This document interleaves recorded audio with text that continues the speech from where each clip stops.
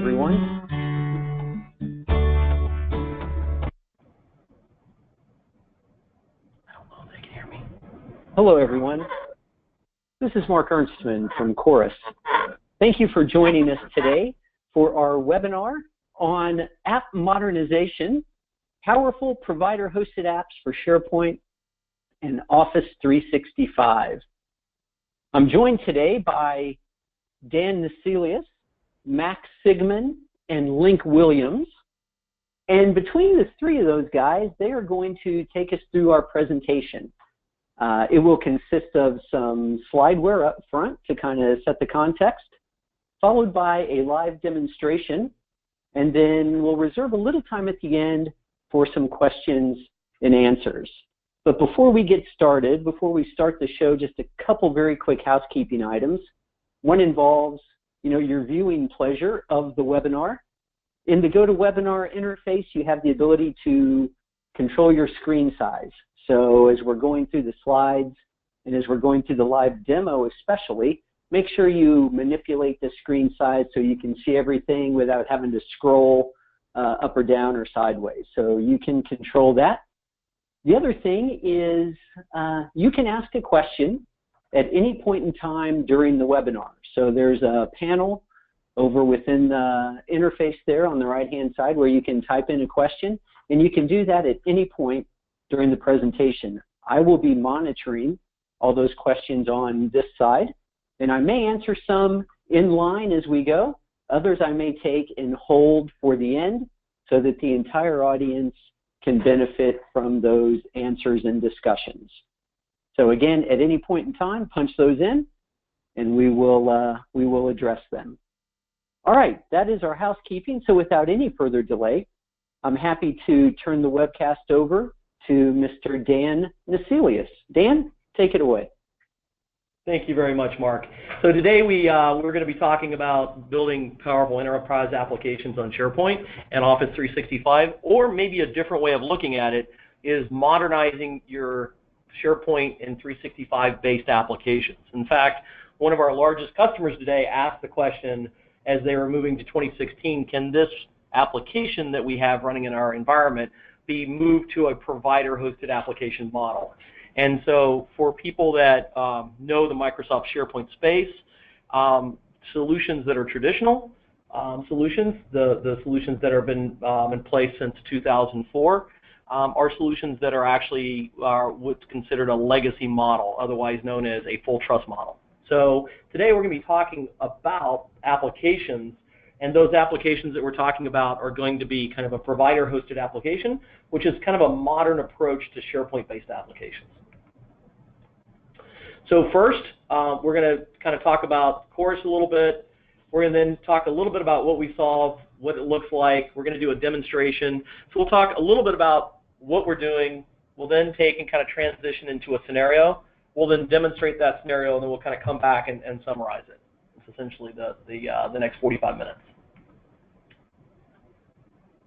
So first, Chorus is a company that's been around since 2003. We originally started as Microsoft launched what today people think of as SharePoint. We actually hosted the Windows SharePoint Services beta for the original SharePoint deployment.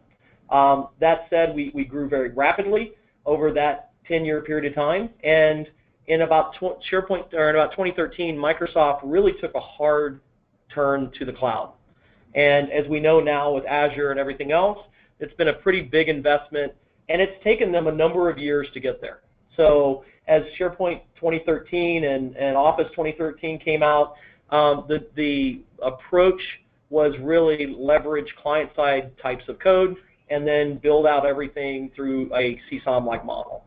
If you couldn't do that, then a provider-hosted application was the approach.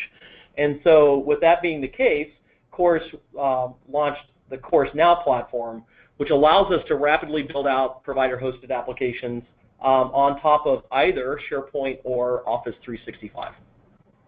It also allows us to connect to other applications, other data sources as well, and bring a true hybrid solution together. I dare say the first true hybrid solution platform in the Microsoft ecosystem.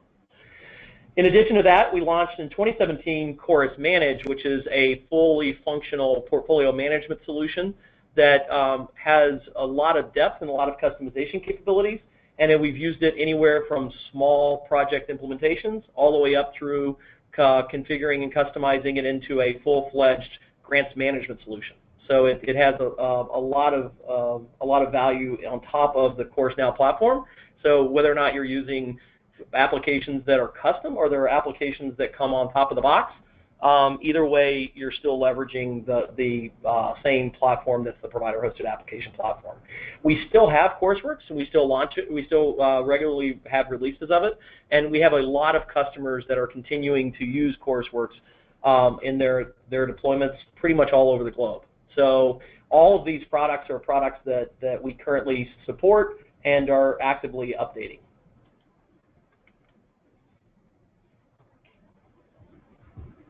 One second, sorry, its screen decided to freeze a second.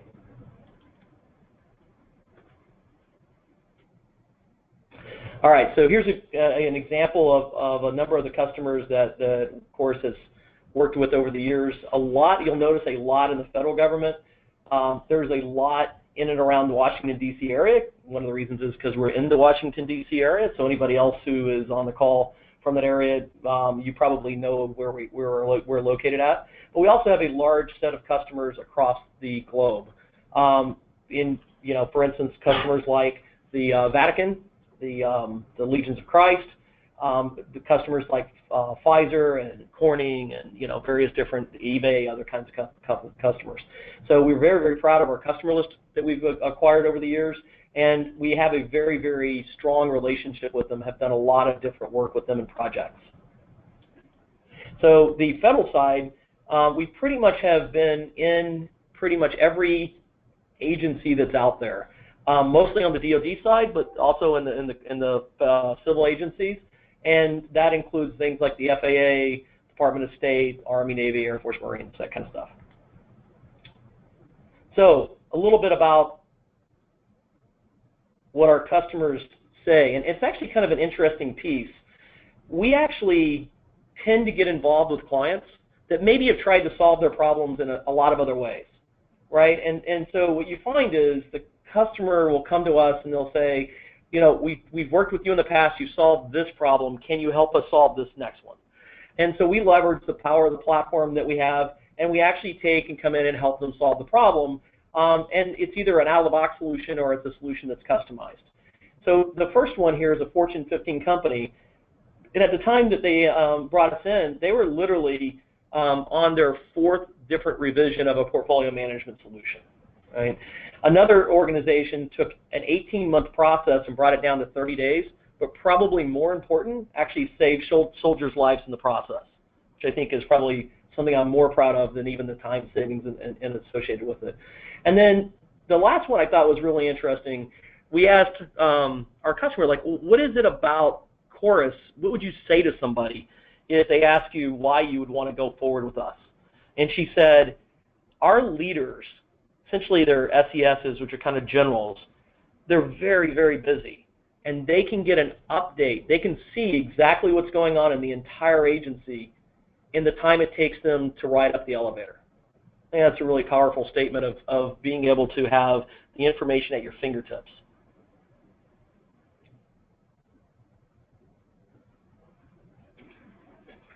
So this slide here is really kind of a little broader than the SharePoint side, but it actually makes a point about what's going on in the world these days. And what's happening is the cloud is no longer a fad. It's actually a real reality.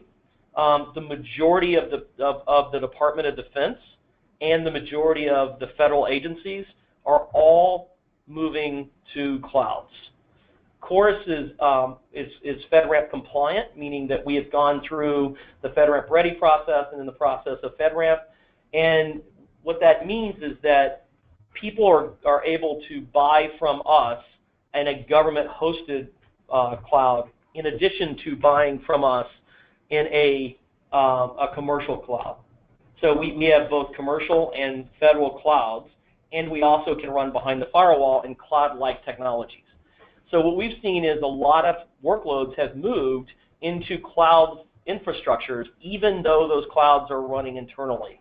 So for instance, in the Department of Defense, there's a Mill Cloud 2.0, which is all built using the same technologies that either Microsoft or Amazon are using in their clouds, and that is what the Department of Defense has to move to.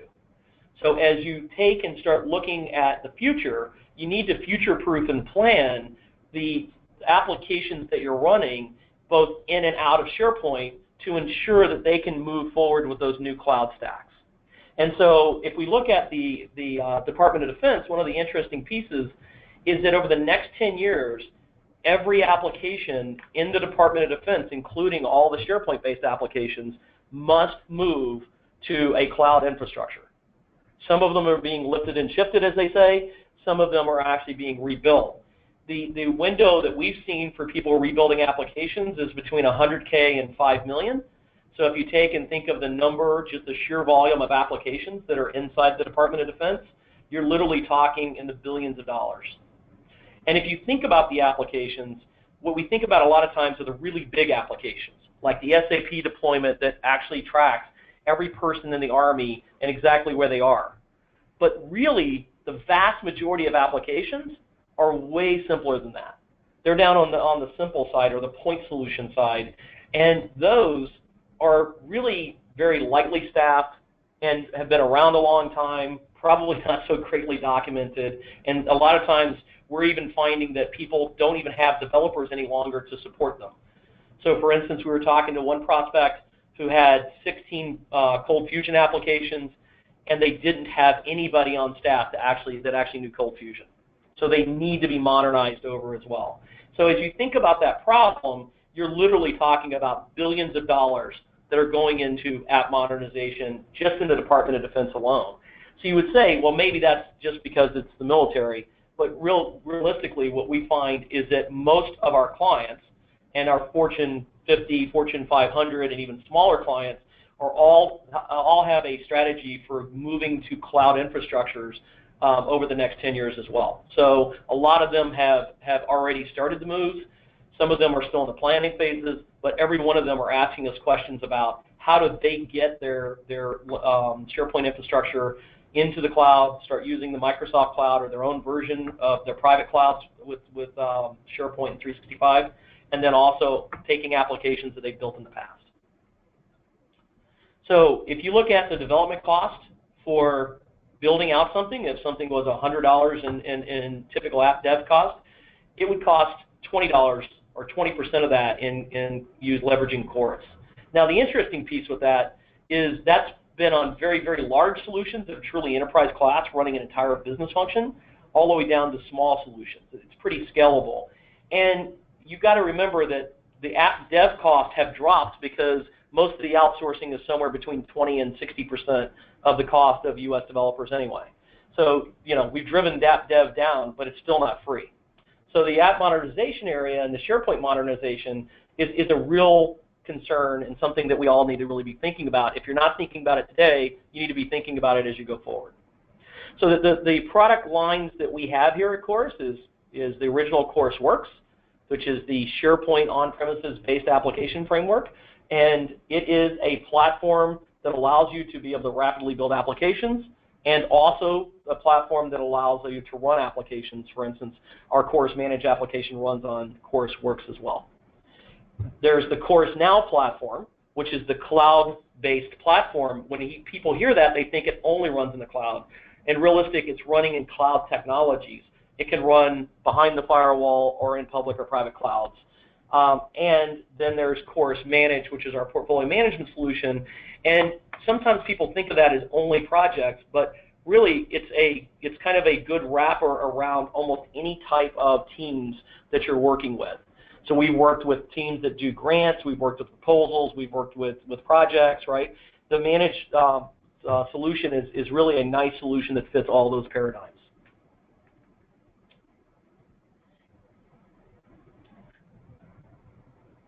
So next I'm going to hand it over to Mack Sigmund. Mack has recently joined us. I think he's been here about 6 weeks now. So he is somebody who we're very proud to have on the team.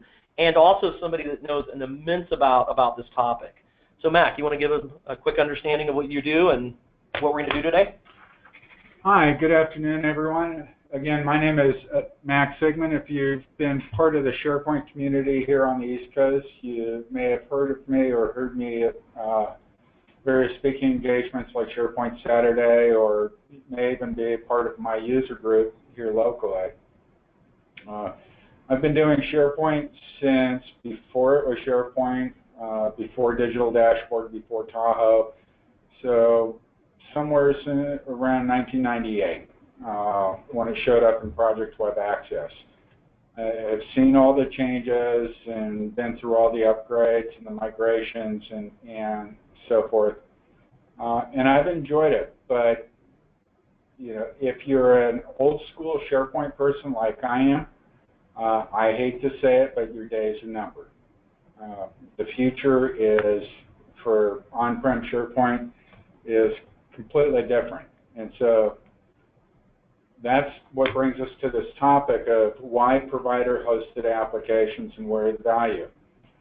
In the old days, I would do a full trust solution. I would get my .NET developers, put them in a room, feed them pizza and Diet Coke, not let them out until they came out with a solution. And I would deploy it as a WSP into my SharePoint environment. That changed with Office 365. That model is no longer supported.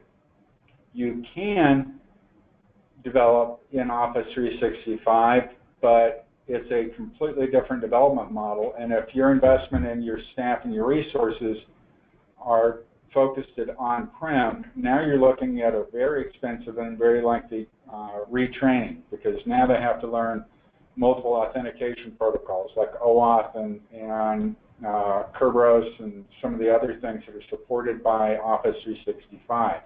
They need to become familiar with one, probably three different client-side coding languages, whether it's JavaScript, Bootstrap, any number of those. Instead of going in and doing things through the UI, now I'm doing it through the Office 365 PowerShell interface. So the nature of that SharePoint developer and SharePoint admin is completely different than what it was a couple of years ago. So how do I shorten the cycle time? I've got a business application I need to get deployed. I'm moving to Office 365.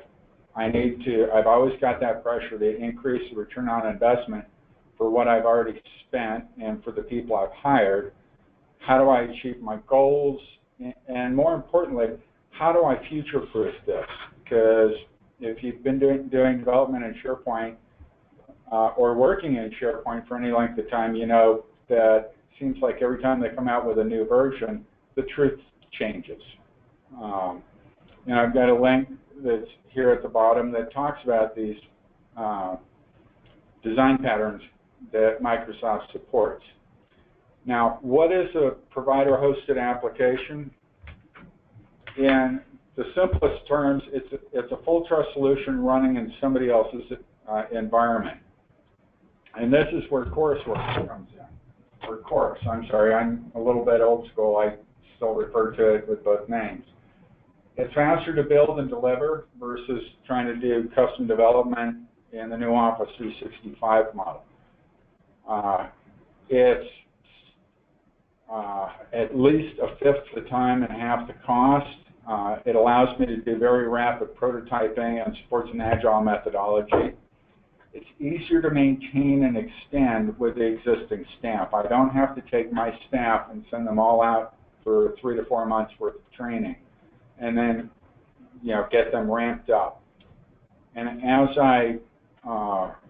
as my needs evolve, my in-house staff can reconfigure or tweak things relatively quickly. I built a couple of very successful SharePoint practices where we were not using SharePoint developers. We were using business analysts that we had trained on the tool, and the business analysts were able to support this.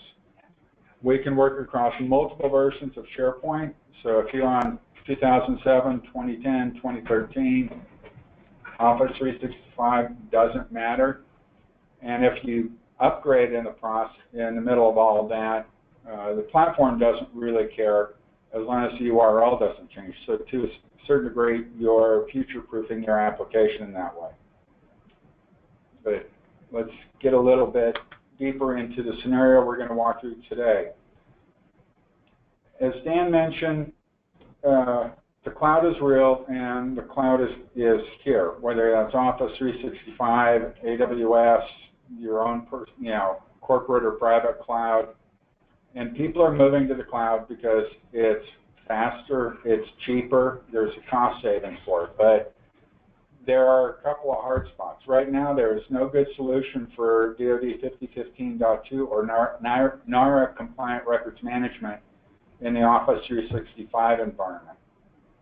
So if I'm forced by records management or compliance reasons, I keep those records on-prem. I can do a hybrid, and that's very well documented. A lot of people know how to do that. The problem with hybrid environment is when I'm trying to connect and pass data from on-prem up to the cloud, from the cloud back to on-prem, and so forth. It's not necessarily straightforward, and development's proven to be rather difficult in that. As mentioned earlier, building enterprise apps in Office 365 is limited, it's hard, it's expensive, and there's not a lot of folks that are really good at it yet. That will change over the next 5 years as people become more proficient in developing using the app model exclusively as compared to the old .NET full trust solution. And then more importantly, when you go to Office 365, you run into this thing called boundaries and limits. Boundaries are absolutes that you can't breach. This was a design choice by Microsoft. Limits are guidelines that you may be able to exceed, but you do it at your own risk. And the repercussions are usually performance or things won't render. The one that most people run into is something called the list view threshold, where if you have 5,000 items per view, it's going to come up with a very nasty error message saying this page can't be rendered. And so if you have more than 5,000 items, you can't bring that up on a single view. We provide a lower cost alternative to solve these problems with either no code or low code. Now, as far as the hybrid solution, you've heard me say, it's real. I just wanted to throw something out there from somebody who's a lot smarter than I am. And I think it was in Government Computing News where he was quoted saying it's going to be at least the next 5 years, we're going to be in a hybrid world. There's just simply too many applications that are too big, too complex right now to move. And so we're going to end up in this hybrid environment where some is on-prem, some's in the cloud, some's somewhere in between. So in a hybrid environment, where does Chorus fit? Typically, as shown in the top picture, we fit right in between. And you can think of us as kind of a connector and aggregator from, in this example, we're a 2-node solution. We're bringing SharePoint on-prem and SharePoint online, bringing that information together and making it actionable.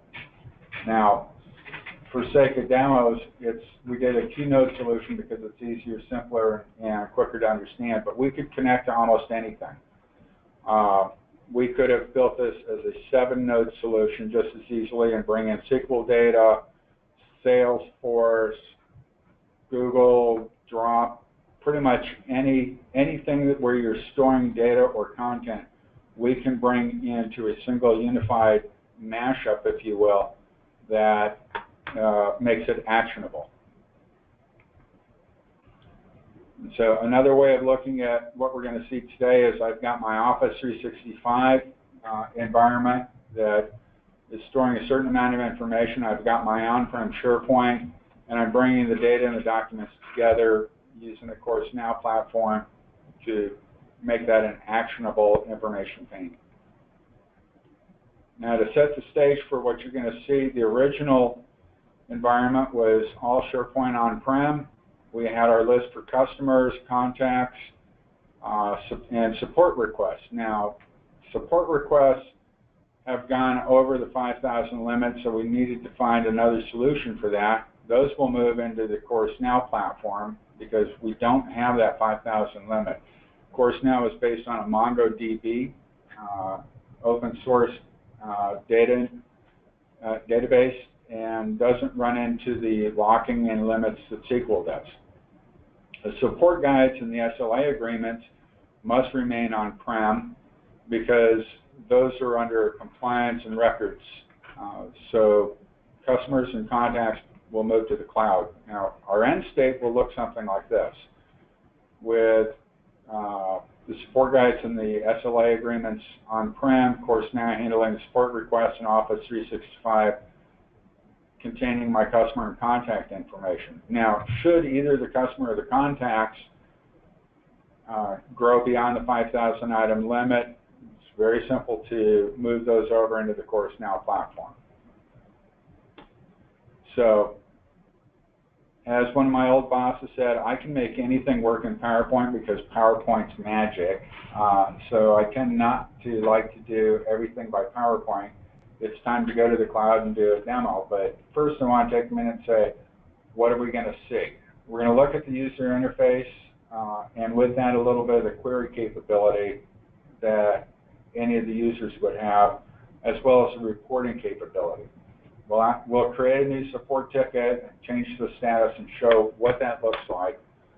And then we'll dig in a little bit behind the scenes and say, okay, for somebody to go in and modify this, what would that take? And we do that through something we call the design canvas. Once we're in the design canvas, we'll go in and create the executive dashboard tab. We'll modify a chart because, let's say, for sake of argument, the boss doesn't like the colors on the pie chart. Not that that would ever happen. And we can go in and change that. We'll look at a few of the other components in the design canvas, and then we'll look at where the developers can do their magic, because we still love developers. They still have their need, and there may be that point where I absolutely have to go put a spinning something or other on the page, and we fully support that. So with that, I'm going to pass it over to Link Williams, who's the resident expert on everything. Excellent. Well, first of all, thank you everybody for coming today. Just to kind of reiterate a little bit of what Mack talked about in the scenario, I'm going to first give you a quick tour of the three areas in it. So I'm in a SharePoint 2013 site. I've got the site's called SP Demo, and you see here I've got a series of documents that are under records management. They're all titled SLA 1 through 10. I've got some support guides, a couple other elements within it. If I come to my Office 365 environment, I've got my customer demo site, and in here I've got a series of lists, including a series of companies and contact information, all here within my Office 365 environment. Now, when I go to the actual Course Now application, you can see it's a basic help desk type of scenario. I can look at the support request, I can see the various breakdowns by customer, I can create new requests and things like that. And this I'm accessing the Course Now platform directly. Okay? But because we have the ability to do it, and because it's possible, I can access this directly from Office 365 or Microsoft SharePoint. So the users can work from it from any environment. You don't have to choose one place with that.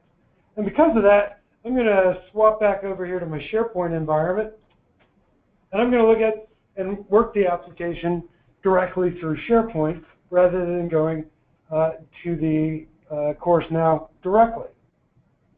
So I've got my customer service application here. I'm going to create a new support ticket. I'm going to give it a title, a description, things along those lines, give it a status. But you see here there's customer and SLA agreement. The customer is actually connecting directly and live to our Office 365 environment.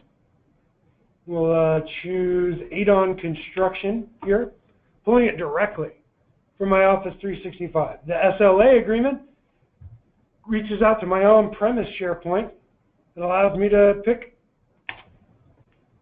and in this case it's a multi-select, so I can take multiple items from my on-premise SharePoint environment. And so I'm able to quickly and easily interrelate data between the two environments and bring those together. So I can create that new ticket, and then I can come in.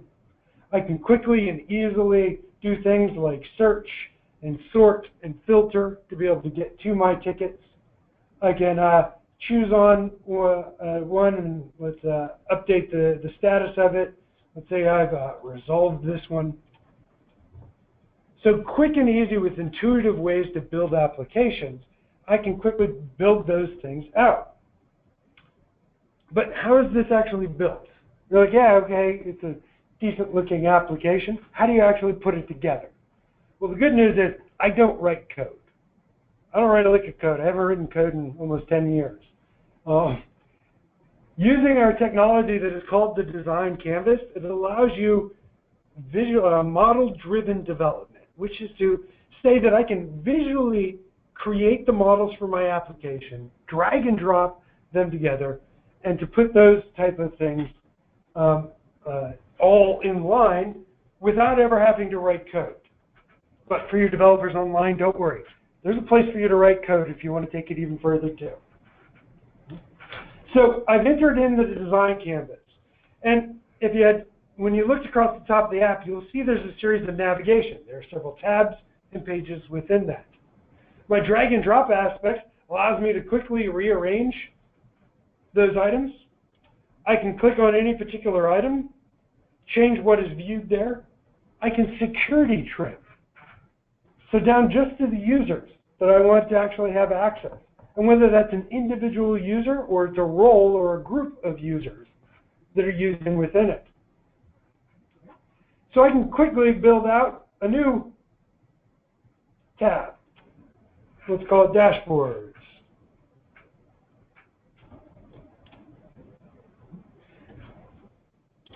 And now I have a new tab. Now I have a series of tools on the left.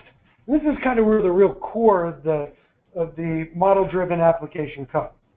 Okay? Because we are an independent platform that integrates tightly with SharePoint, you can actually build your own data sources and work with your own items within it. So in this case, support request. That's the one where in SharePoint, we hit that 5,000 limit. So we needed to move it over. I can quickly come in, build out a data structure. If I want to add new fields, simply say add new fields. And then I choose my data type. And we've got all kinds of data types. Boolean, calculated, relations, document relations, multi-lookups. You name it, it's pretty much there. And then once I've done that, I simply say save. And now it's part of my data source. Okay? I can continue to configure and build and all of those type of things until I've got the data source I want. But you said, I work with SharePoint. If the data's already there, how do I get to it, right? Well, the good news is almost everything within it. Let's create a brand new view so I can show you that when you first come in, you've got a series of connections. Right now we're connected to 2 data sources plus our internal connection. But as Mack had indicated earlier, you can have an infinite number of connections to systems to be able to pull and use data. In this case, let's look at our SharePoint server. Looking at my SharePoint server, I've got, looks like apps and test, a microfeed, and a task list. It's going to take it a second to pull it up. It's going to say, okay, I've made that connection. I'm going to choose my column selector, and I'm going to say, oh, look at all these columns that are available. Let's take the task name. Let's take the task status and the percentage complete. And when I click apply, I'm going to get a live view of what that information looks like. I can connect to other data sources. Well, let's take a look at one that's got some views here. Let's look at the contacts view.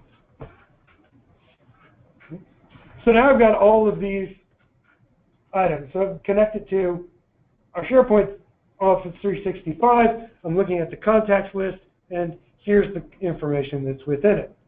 Not only can I choose the columns, I can also build simple, complex, and compound queries to filter that information and use variables. So things based on the logged on user, the current date, things along those lines. If I want to configure this, right now this looks like it's using a very basic standard. I can come in and some of those things your SharePoint users have asked you for over the years, like enable inline editing.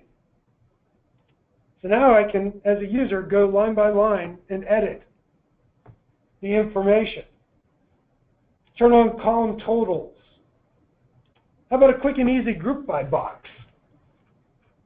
It allows me to simply drag and drop a column header and create my groupings. And what about actions? I want to build some default actions. You see this edit button is here. Well, how about I want to turn it on so they can allow deleting or allow creation? You see it added new buttons and actions with a simple click. Okay? Or how about export to PDF or Excel? Simple clicks to configure it as opposed to writing code in order to get it in place. And then I've got the ability to take it even a step further by coming through and building out what are called forms. And forms allow me to control how the data is displayed to the users and what information is collected. When I build a form, it's literally really simple. Let's choose the new request support. You saw that when we first came in.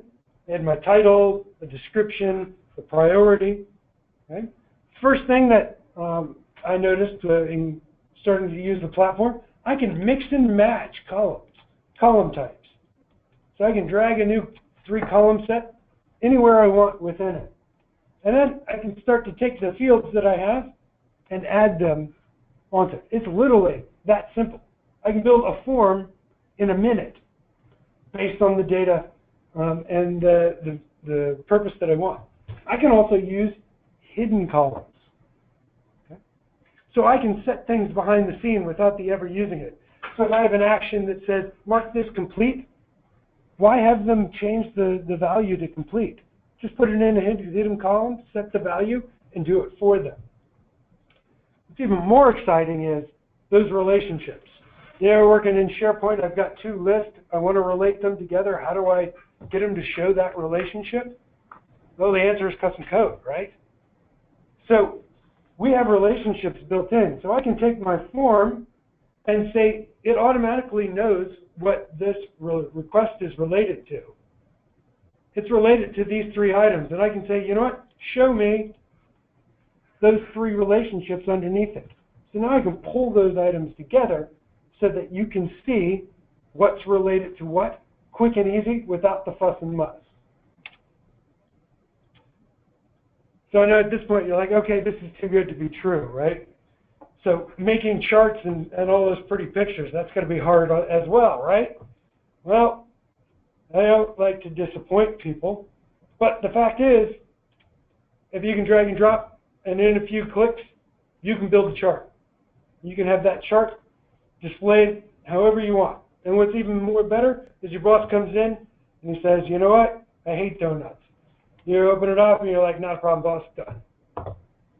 Literally click, see it, preview it, publish it, and you're done. Including animation, how big you want it to be, colors that are displayed, all of those things within quick and easy clicks of it. So here, you see the color picker. I can come in and I'm like, you know what, we really don't want pink. Let's change that one to blue. Down to that level of granularity and control in how you build that. Okay? But now that I've built a chart, everybody knows what the magic word to get a promotion inside of their organization is, right? Build me a dashboard. Well, building a dashboard is literally as simple as coming in, choosing how you want your dashboard to be laid out column-wise, choosing which charts and views. So I'm going to put my support chart here. Let's add a 3-column underneath.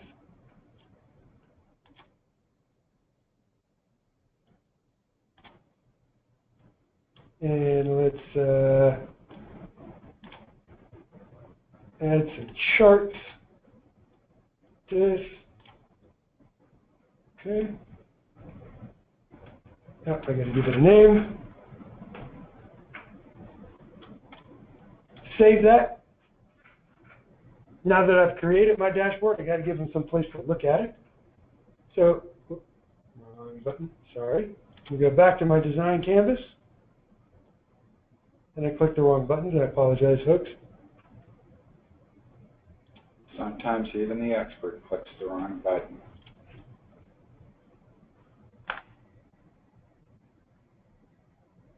Okay, I'm going to go to this executive dashboard. I'm going to find my page layout. I'm going to take my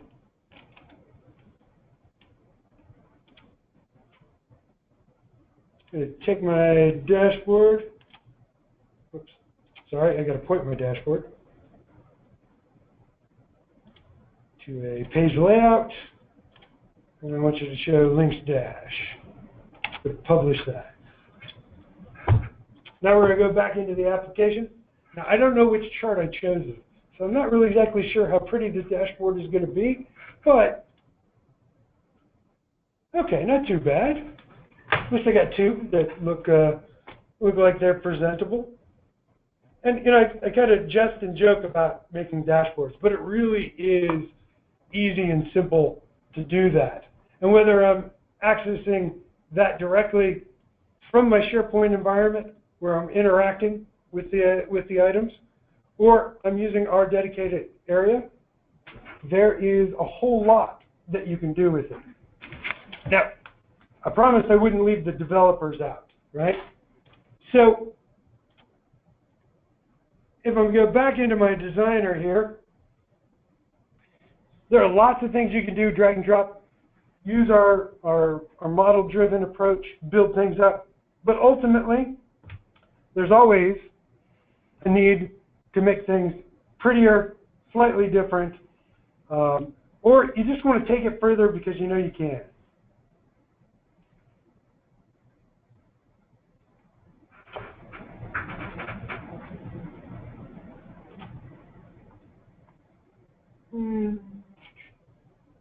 It's a lot of demos, right? My internet connection is slowing. It's telling me I'm losing video on WebEx.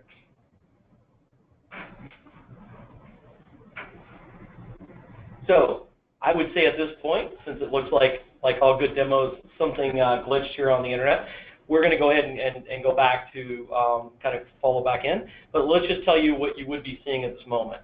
Basically, if you think of each one of those items that we were creating as a widget, each widget is a type. It might be a chart, it might be a form, it might be a dashboard, right? We had all the various different widgets that were there. In addition to that, there's a widget called extensions. And the extension widget allows you to write some code, and the code type that you write inside of extensions is JavaScript, HTML, and CSS, or otherwise known as HTML5. So actually, it looks like we're back up. So here, you literally can point to or write your code. You can point to a CDN, you can point to somewhere else and host it, or you can actually drop it straight into the code mirror here and actually truly build out an application or a component. Now, we've done some really interesting things with this, like take my data and make a mind map out of it, or show a social networking diagram to show the relationships amongst data to its children and peers and others. We've also done some fun stuff, like, you know, make it snow, or come up with the chorus wheel of wisdom. Yes, the wheel of wisdom, where you can spin the wheel to get an answer. Maybe that's the best way to actually make decisions, right? Leave it totally to chance. So we've done some fun things with it, but we've also done some very, very important things with the extensions as well. So you can take and pretty much control the application from that extension perspective. You can control a lot of what's there and actually take and use kind of the telco idea of the last mile. We can actually solve those things that the boss says, if we don't do this, there's no way we can leverage this because it's absolutely necessary. If you add that with the connections that we build, you can connect to whatever information and then display it however you need to, along with all the components and tools that you saw on the design canvas. So with that being the case, we're going to pass it back over to Mack, who's going to take and kind of summarize what it is we saw today.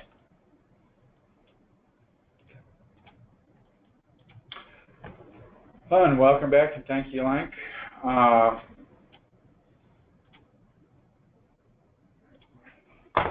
Clicker would work.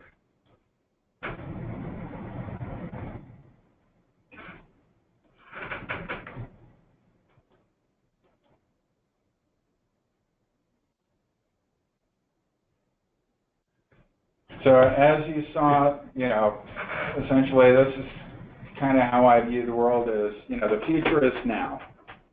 You can take your existing applications, your existing staff resources, your existing capital investment, and what you have now in SharePoint, and very rapidly start moving them into a cloud environment of your choosing without having to go through a lot of expensive retraining or development.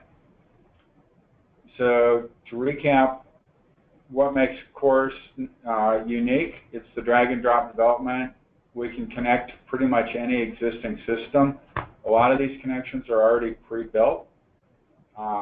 We haven't built a connection to everything. It's more of, you know, that's simply because we haven't had a customer ask us to do that yet.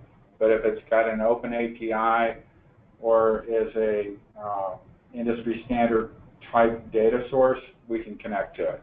And we can extend your applications.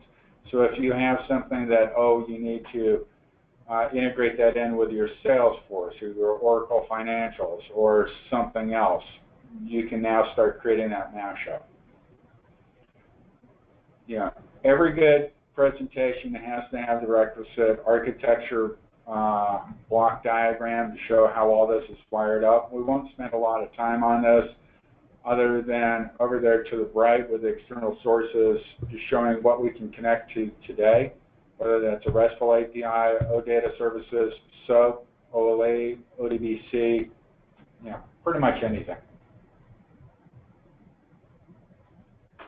So where's the value in what you just saw? And I'm going to point out something that you saw, but you may not have noticed at first. We've got the seamless integration across multiple platforms. In this case, we did a hybrid of on-prem and Office 365.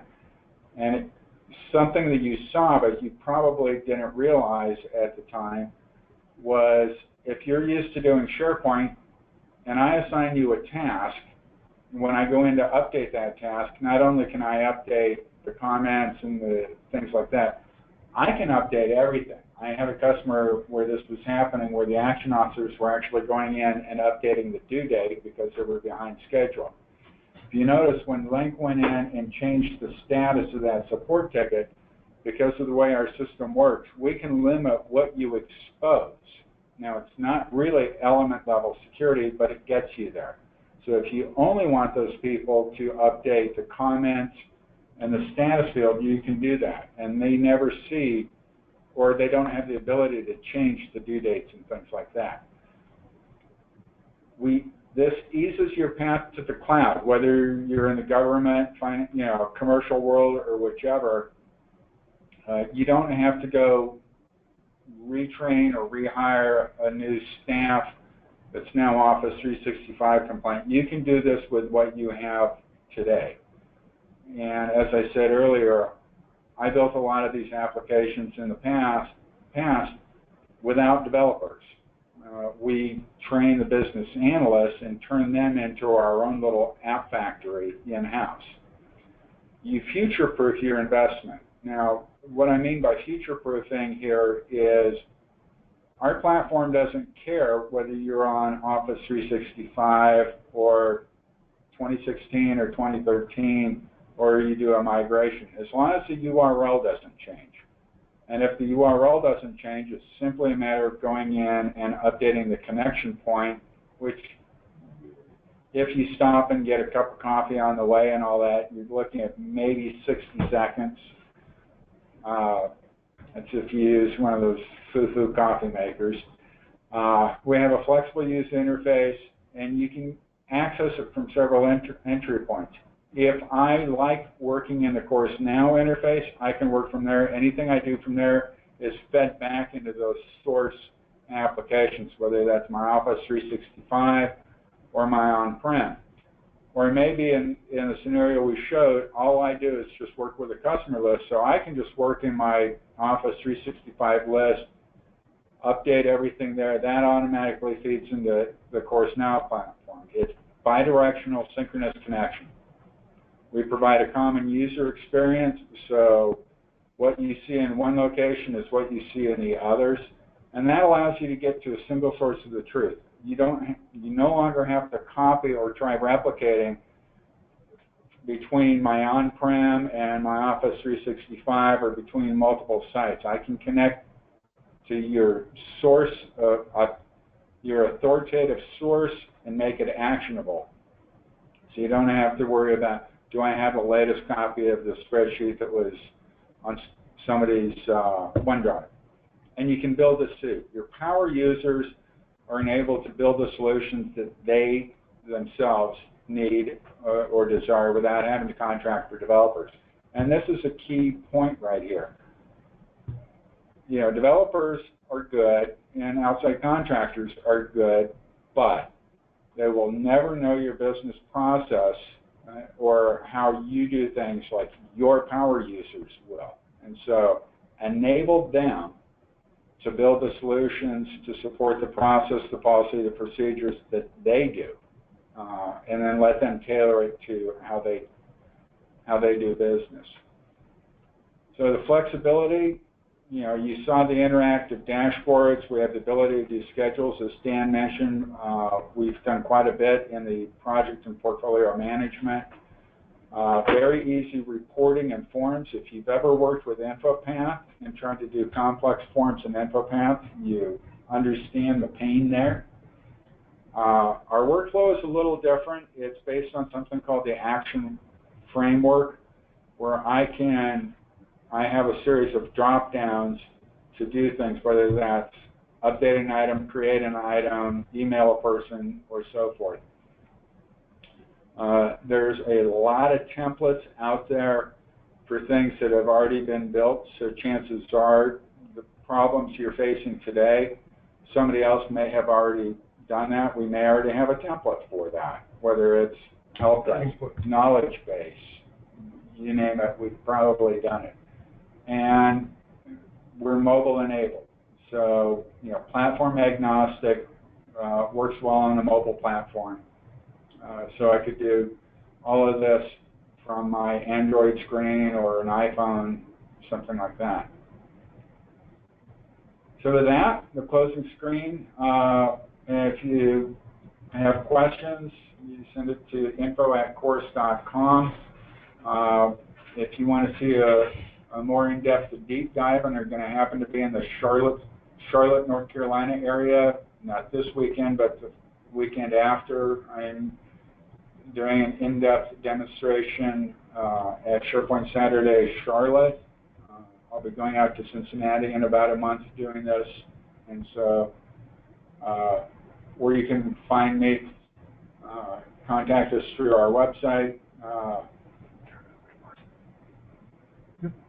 On that route, Mark, we're going to hand it back over to you and see if any questions have come in while we've been giving the presentation. Yep. All right. Thank you, Mack. Thank you, Link. And thank you, Dan, for that. Just a quick apology, I guess. I know a couple of you on the call this afternoon were having some viewing issues, so I apologize for that. The good news is we did record the session this afternoon, so anyone who's on the call today, about this time tomorrow, you will receive a follow-up email from the GoToWebinar system that will have a link to the recording. So you can go in and view that recording at your leisure, and hopefully it doesn't have any black screens in it. So again, apologize for that, but do look forward to a recording coming through. We're running up against the top of the hour, but I did get just a couple quick questions. Link, Mack, maybe we can work our way through before the top of the hour.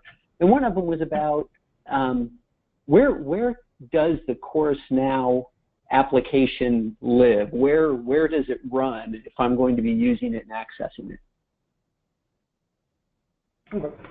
So it lives within the platform, or the Chorus Now platform itself. So the core definition, the internal data sets, the definition of the connections, all run on our platform called Chorus Now.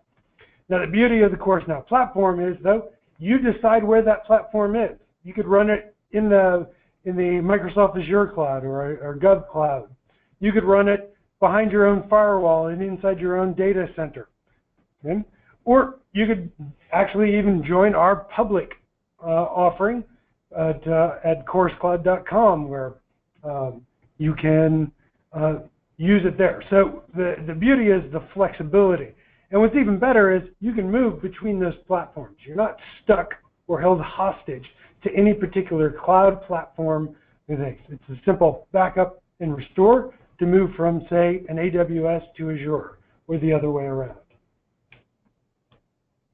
All right, excellent. One more quick question here. We've got one more. We'll squeeze it in before we adjourn here. Talk a little bit more, guys, about the integration capabilities, and if there's a specific example of how we've integrated with a legacy system. Can you talk a little bit about that? Yeah, so the integration capability allows us to, one, take basically any data connection to a legacy, whether it's through an API or directly to a database, or even if it's a flat file exchange. I've worked with a legacy system that is currently processing about $300 million a year of payments through it, where we work in multiple styles with them. We're exchanging JSON files, or JSON blobs, sorry, thank you, JSON blobs through an API to automatically create transactions. But then we're also getting hard file or flat file dumps out of the system once the transactions are being processed, that they can be moved along. So there's a lot of capability when it comes to how do we integrate with the system. Our preferred way, of course, is the easiest way. And the easiest way is generally straight APIs with well-defined transaction calls and things along those lines. Yeah. But the power of our connector framework is that it is extremely flexible. Once we have that connection, every tool that is built on top of the platform can use that data as if it were an internal data source. So the charts, the reports, the forms, all of them, once connected to an external data source, can use it seamlessly. All right, fantastic. Thank you, Link. So unfortunately, we're up against the bewitching hour. So if you did ask a question and we didn't have an opportunity to respond to that, we'll be back in touch, or you can contact us at any time through info@chorus.com like you see there on the screen. And a reminder that we'll be sending out a link to the recording of the webcast tomorrow around this same time. It usually takes about 24 hours for it to process and be distributed. So again, Dan, Link, Mack, thank you very much for taking us through the presentation today. And thank you to everyone who was on the phone with us as well. We know you have a lot of competing priorities in your day, and we're very appreciative that you chose to spend the last hour with us. We hope it was informative, and we hope it was useful. Anyway, thank you again, and we'll look forward to speaking with all of you in the future. Have a great day, everyone. Bye.